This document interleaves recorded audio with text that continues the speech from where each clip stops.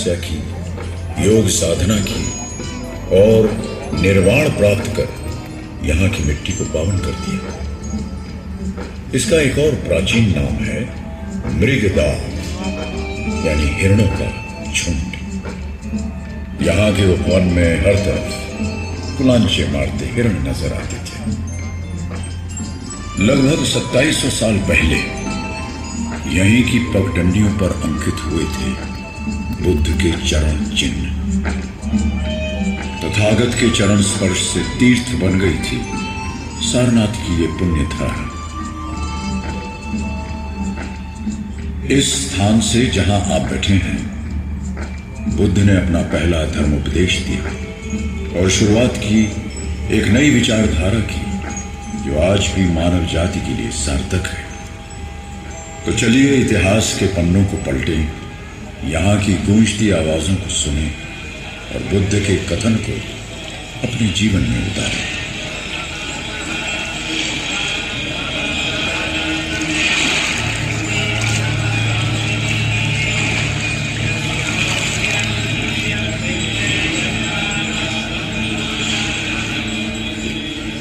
कुछ ही दूर एक शहर है, दुनिया के सबसे प्राचीन शहरों में से एक शहर जो इतिहास में कई नामों से जाना गया। सबसे पहले काशी, फिर बनारस और अब वाराणसी।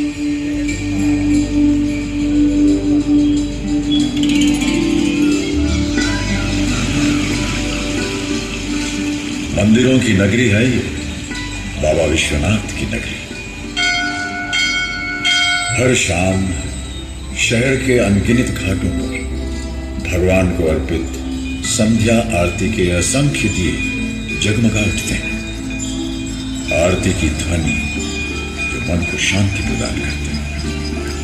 शहर एक अनोखा रूप धारण कर लेता है।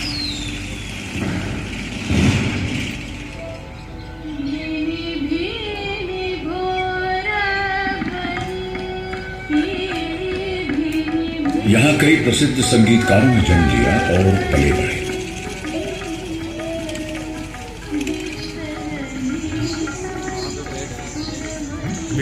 रिकॉर्डिंग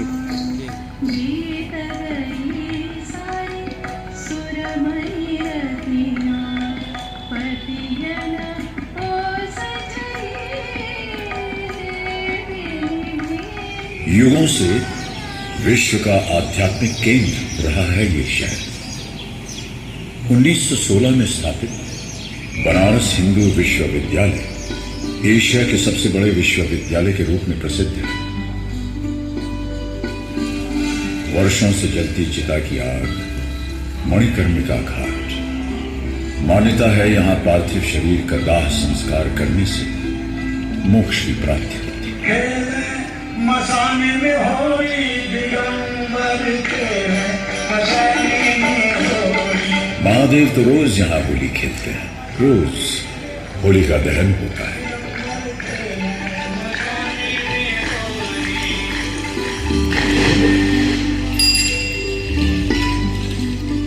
जिंदगी से धड़कती उमंगें सजोए ये गलियां, यहीं तो बसा करते थे कबीर, बसे थे तुलसीदास। मनुष्य के हाथों ने बनाई ये अभूतपूर्व नगरी, और वो ही शांति की तलाश में गंगा में डुबकी लगा तन और मन की शुद्धि पाने, आध्यात्म की जिज्ञासा लिए यहां खींचा चला आता है। वाराणसी सिर्फ एक प्राचीन नगरी ही नहीं, मनुष्य और उसकी श्रद्धा का इतिहास है। ये शहर कैसे बसे, इनको बनाया किसने? इन प्राचीन शहरों में बने राजमहल, ये किले इस बात का प्रतीक है कि यहां राजाओं का साम्राज्य रहा होगा। उन्होंने इन शहरों का, राज्यों का निर्माण किया होगा। कुछ शासक जो इतिहास के गलियारे में खो गए, और कुछ जिन्होंने इतिहास में अपनी जगह बनाई। कुछ ऐसे जिन्होंने क्षत्रिय वंश में जन्म तो लिया, लेकिन योद्धा नहीं बने, राज्य की सीमाएं नहीं बढ़ाई। आज आपको सुनाते हैं एक ऐसे राजकुमार की कहानी जो जन्मा तो राजघराने में, लेकिन सुख सुविधा और राजसी जीवन को त्याग आम मनुष्य के जीवन को सुधारने एक आध्यात्मिक पथ पर निकल पड़ा। कई वर्षों पहले एक शासक राजा शुद्धोदन और उनकी रानी माया देवी के परिवार में पुत्र ने जन्म लिया। ये बालक किसी महल में नहीं बल्कि एक उपवन में पैदा हुआ। लुम्बिनी उपवन में एक राजकुमार ने जन्म लिया। उसके चेहरे पर पड़ रही सूरज की रोशनी उसे एक अलौकिक चमक दे रही थी। शायद ये कोई संकेत था।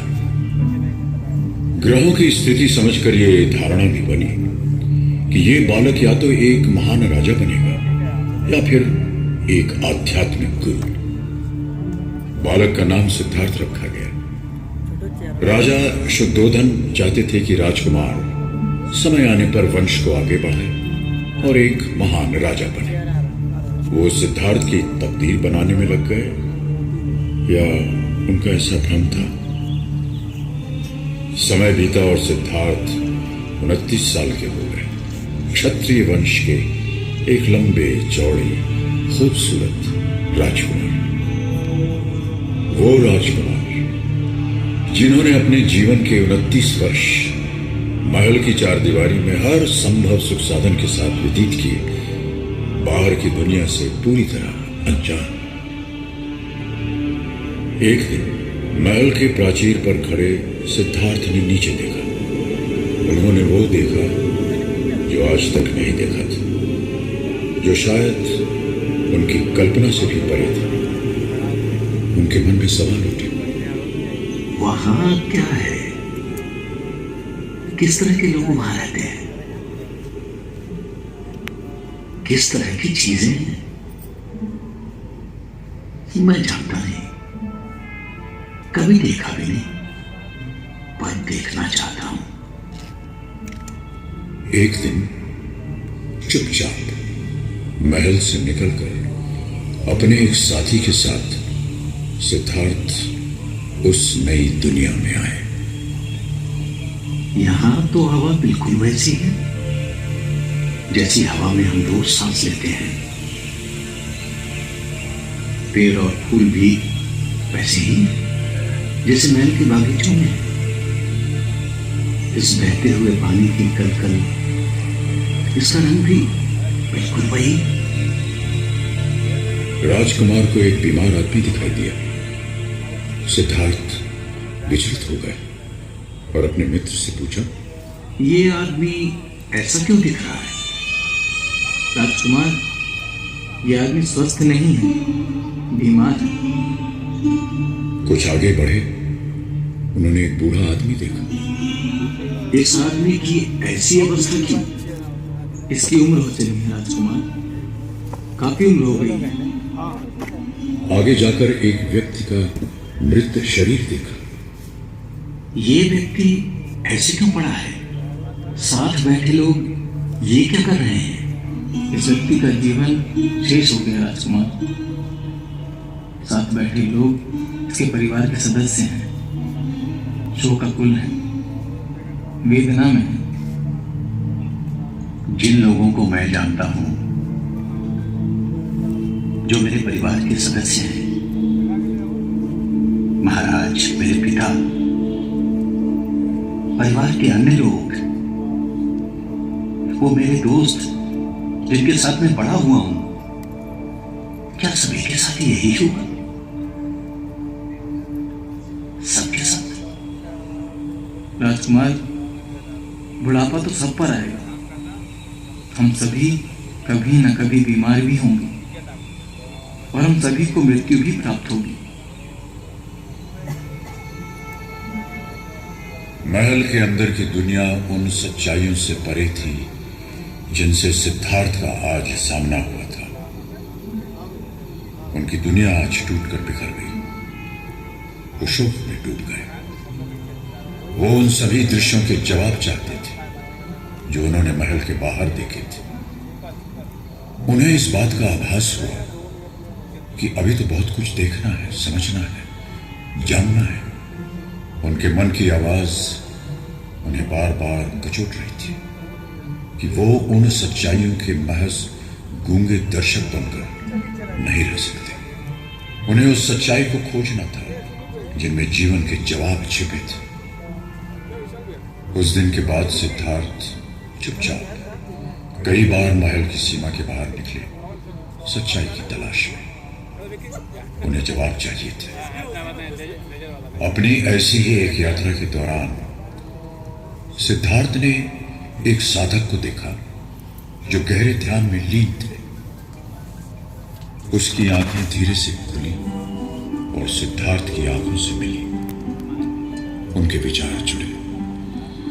सिद्धार्थ को उसी क्षण एहसास हुआ कि जो उत्तर वो बाहर खोज रहे थे वो तो उनके भीतर ही थे, उनके स्वयं के अंदर। उनका निश्चय आकार लेने लगा।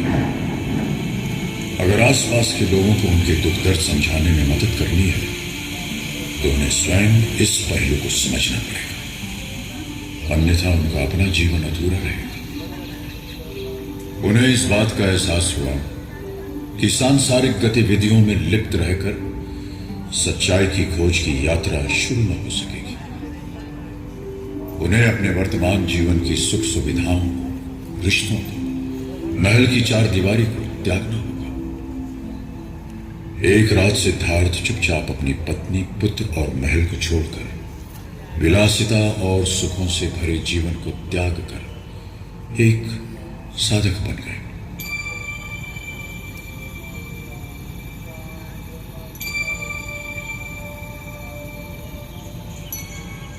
नए रास्तों और दिशाओं में चलते हुए सिद्धार्थ कई भिक्षुओं और ध्यान सिखाने वाले गुरुओं से मिले।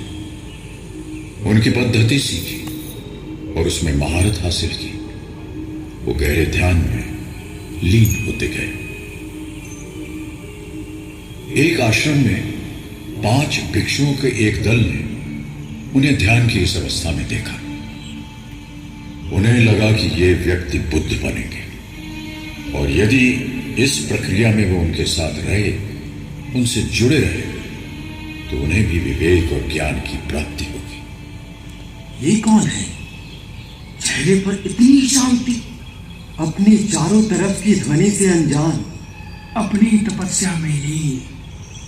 इनका अनुसरण करना चाहिए। इनके साथ रहें तो हमें भी ज्ञान की प्राप्ति होगी। वो सिद्धार्थ के पहले अनुयायी बने। कौंडिन्य, महानमन, वप, बुद्धिदय और अश्वजीत, इन्होंने सिद्धार्थ का अनुसरण किया, उनकी सेवा की और ज्ञान प्राप्त किया। सिद्धार्थ की साधना चलती रही, लेकिन लगभग 6 वर्ष के बाद भी उन्हें अपने प्रश्नों का जवाब नहीं मिला। उनको एहसास हुआ कि मंजिल बहुत दूर है और समय एकमात्र जीवन काल है। वो चाहते थे कि उनके आसपास के लोग जन्म, मृत्यु और उसके बीच के काल को समझें, जीवन के सार को समझें। उनके लिए जीवन का सार एक दिए के समान था। अगर हम एक दिया जलाते हैं तो कुछ समय पश्चात वो बुझ जाता है, पर अगर हम एक दिए से अनेकों दिए जलाएं तो चारों ओर इतना प्रकाश फैल जाएगा कि प्रकाश सीमित नहीं रहेगा। वो औरों का जीवन भी रोशनी से भर देगा। सिद्धार्थ मानते थे कि बाहर के युद्ध को जीतने से बेहतर है भीतर के युद्ध को पहले जीता जाए। एक बार यदि मन की शांति प्राप्त हो जाए तो उसे कोई चुरा नहीं सकता। वैसे ही हमारे भीतर का आनंद जो परछाई बनकर हमारे साथ रहता है, हमें कभी नहीं छोड़ता। एक दिन सिद्धार्थ अपने आखिरी आश्रम से निकल पड़े, अपने आप ही इस भीतर के युद्ध को जीतने के लिए, और उनके पीछे पीछे चल पड़े 5 भिक्षु। वे बिहार के उरुवेला नामक गांव जा पहुंची। बिना कुछ खाए पिए निराहार रहते हुए उन्होंने तपस्या आरंभ कर दी।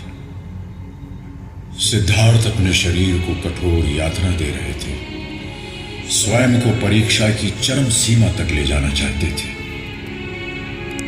एक दिन ध्यान करते हुए सिद्धार्थ अचेत हो गए। जब होश आया, उन्होंने विचार किया कि सत्य की खोज का यह मार्ग सही नहीं था। हमारा शरीर एक वीणा की तरह है। यदि वीणा के तार ढीले छोड़ दिए जाएं, तो कोई स्वर नहीं निकलेगा, और यदि वीणा के तारों को कसते कसते ऐंठ दिया जाए तो टूट जाएंगे तार। ये सब विचार करते करते वे पास के ही गांव में एक गृहस्थ के द्वार पर पहुंचे। वहां पहुंचकर क्षीण कंठ से उन्होंने पुकार लगाई, भिक्षाम देहि। सिद्धार्थ का ये रूप देखकर पांचों अनुयायियों को लगा उनके साथ धोखा हुआ है। ये तो अपनी तपस्या छोड़ भिक्षा मांग रहे हैं। अपना ध्यान तोड़ दिया। ये कैसे सन्यासी हैं? जो अपने मार्ग से भटक जाए वो हमें क्या ज्ञान देंगे? हमें अपना मार्ग ढूंढना होगा, अपना पथ, वरना हम भी भटक जाएंगे। यही सोचकर उन्होंने सिद्धार्थ का साथ छोड़ दिया। और उधर सिद्धार्थ ने निरंजना नदी के किनारे एक पीपल के पेड़ के नीचे अपनी तपस्या और साधना का क्रम दृढ़ संकल्प से शुरू किया। चाहे काया कंकाल हो जाए, शरीर का खून सूख जाए, जब तक ज्ञान की प्राप्ति नहीं होगी, मैं इस स्थान से नहीं उठूंगा। अंततः लगभग 40 दिन बाद पूर्णिमा के दिन सिद्धार्थ की रूपांतरण का क्षण आ ही गया। उन्हें आत्मज्ञान प्राप्त हुआ। वे बुद्ध कहलाए। वो पीपल का वृक्ष आज बोधि वृक्ष के नाम से और स्थान बोध गया के नाम से जाना जाता है। बुद्ध सोचने लगे कि वो इस अलौकिक ज्ञान का प्रसार कैसे करें। कौन उनके इस ज्ञान को समझने के लिए पूर्ण तैयार है। उनका ध्यान उन 5 भिक्षुओं पर गया जो उन्हें छोड़कर जा चुके थे। बुद्ध निकल पड़े सारनाथ की ओर। यात्रा और ध्यान करते हुए बुद्ध सारनाथ पहुंचे। बुद्ध के कदम रखते ही वहां का सारा वातावरण मानो निशब्द हो गया। जो बुद्ध को साधना भ्रष्ट समझते थे, वो बुद्ध के चमकते चेहरे की अनोखी आवा देखकर विनम्र हो गए। कौटिन्य, महानमन, वक्क, भक्तिदय और अश्वजीत। बुद्ध अपने इन 5 पुराने शिष्यों को उस स्थान पर मिले जो आज चौखंडी स्तूप कहलाता। उन 5 भिक्षुओं को एहसास हुआ कि बुद्ध के कृतियों को गलत समझना उनकी एक भारी भूल थी। उन्होंने बुद्ध के चरण पखारे और उनका आदर सत्कार किया। बुद्ध मुस्कुराए और अपने शिष्यों की जिज्ञासा भांपकर अपना पहला धर्मोपदेश देने के लिए इस परिसर के उस स्थान पर बैठे जहां ये विशालकाय धम्मेक स्तूप बना हुआ है। अपने आध्यात्मिक यात्रा के दौरान मैंने जीवन के 4 सत्यों का अनुभव किया। मैंने इस मूल सत्य को जाना कि जीवन मरण का चक्र दुखों से घिरा है। दूसरा सत्य ये कि इन दुखों का कारण हमारी तृष्णाएं या इच्छाएं हैं। तीसरे सत्य ने एहसास करवाया कि इन इच्छाओं को त्यागने से ही जीवन के दुखों से मुक्ति मिलेगी। त्याग करने के लिए अपने आप को पीड़ा देने की जरूरत नहीं, सिर्फ अष्टांग आदर्शों वाले मध्य मार्ग को अपनाना होगा। यही वो चौथा सत्य है जिसे मैंने समझा, अपनाया और मोक्ष प्राप्ति की लक्ष्य की ओर चल दिया। बुद्ध कुछ दिन यही मूलगंध कुटी विहार में रहे। बुद्ध की शिक्षा बहुत साधारण थी। वे जीवन की तमाम समस्याओं को बड़े साधारण तरीके से सुलझाते थे। एक बार एक औरत अपने बेटे का मृत शरीर लेकर उनके पास आई और बोली, इसे जीवित कर दीजिए प्रभु, मेरे पुत्र को जीवित कर दीजिए, जीवित कर दीजिए। अवश्य कर दूंगा, पर इसे जीवित करने के लिए किसी एक ऐसे घर से सरसों के दाने लाने होंगे जहां कभी किसी की मृत्यु ना हुई हो। यह संभव नहीं था, क्योंकि मृत्यु जीवन का एक ऐसा सत्य है जिससे कोई बच नहीं सकता। ये बात औरत को समझने में देर नहीं लगी। एक बार एक किसान उन पर गालियां बरसाने लगा। थोड़ी देर बाद किसान थक गया, पर बुद्ध न तो विचलित हुए न ही नाराज। किसान रोने लगा और उनसे पूछा, मैं इतनी देर से तुम्हें गालियां दे रहा हूं, तुम्हें क्रोध नहीं आया? मेरे भाई, मैंने तुम्हारी गालियां स्वीकार कहां की? वो तो तुम्हारे पास ही है, तो मुझे क्रोध क्यों आएगा? क्रोध हमारा नहीं है, यह हमारी कोई मदद नहीं करता। यह हमारे मन की शांति नष्ट कर देता है।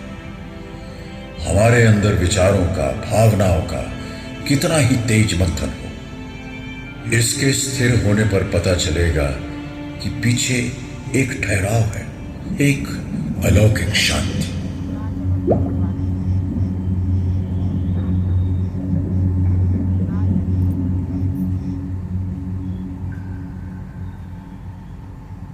बुद्ध ने अब अपना जीवन हर तरह के लोगों को समर्पित कर दिया था।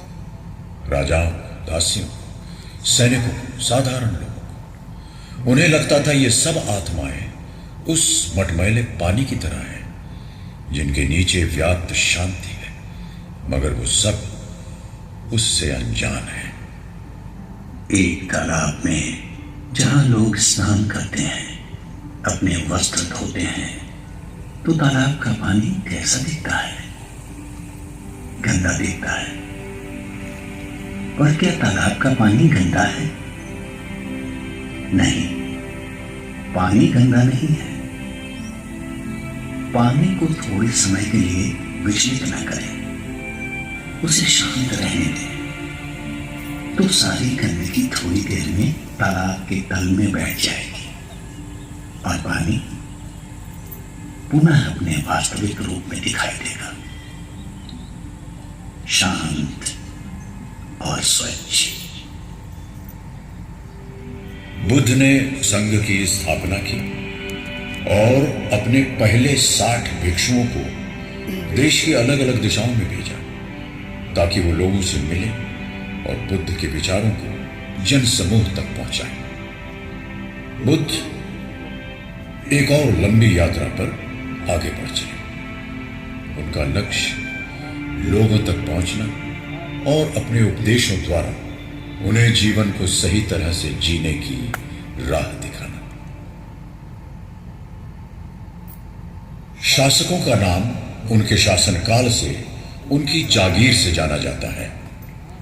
किसका कितना बड़ा साम्राज्य था, किसने कितने समय तक राज किया और कैसा राज किया। ईस्वी पूर्व 3री शताब्दी में मौर्यकालीन शासक थे सम्राट अशोक। उन्होंने कलिंग साम्राज्य के साथ युद्ध छेड़ा और विजय प्राप्त की। लेकिन युद्ध के बाद जब उन्होंने चारों तरफ विनाश देखा, उनका दिल पश्चाताप से कुंठित हो गया।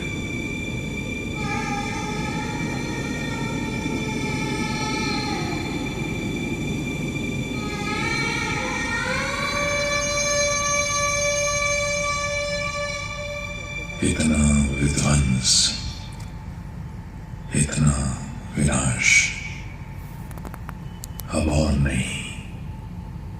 अब युद्ध नहीं। सम्राट अशोक के संवेदनशील हृदय ने अहिंसा, करुणा और मैत्री का धर्म, बौद्ध धर्म स्वीकार किया। उपासक बनकर उन्होंने धर्म प्रसार का कार्य आरंभ कर दिया और सारनाथ में बुद्ध से संबंधित कई स्मारकों का निर्माण करवाया। बाहर से जब आप यहां के इस प्रांगण की तरफ बढ़ते हैं तो थोड़ी दूर पर स्थित विशालकाय धम्मेक स्तूप आपकी नजरों से अलग नहीं होता। इस स्तूप का मूल निर्माण सम्राट अशोक ने ही कराया था।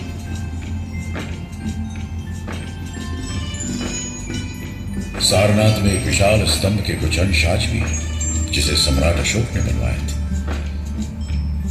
इस स्तंभ के ऊपर 4 शेरों वाला सम्राट का राज चिन्ह और धर्म चक्र बना हुआ था, जो आज भारत का राष्ट्र चिन्ह बन गया है। सम्राट अशोक ने धर्म राज्य का स्तूप और बौद्ध भिक्षुओं के रहने के लिए विहारों का निर्माण करवाया। सारनाथ में बुद्ध के निवास स्थल मूल गंधकुटी विहारा बनवाकर उन्होंने बुद्ध के प्रति अपनी श्रद्धा अर्पित की। बुद्ध थे तो एक आम मनुष्य जो युवराज के रूप में पैदा हुए, अपने आसपास के जीवन को देखा, दुख दर्द को देखा और एक लंबी यात्रा पर निकल पड़े। उनकी देशना, उनके वचन हमारे वर्तमान दौर में और भी सार्थक है।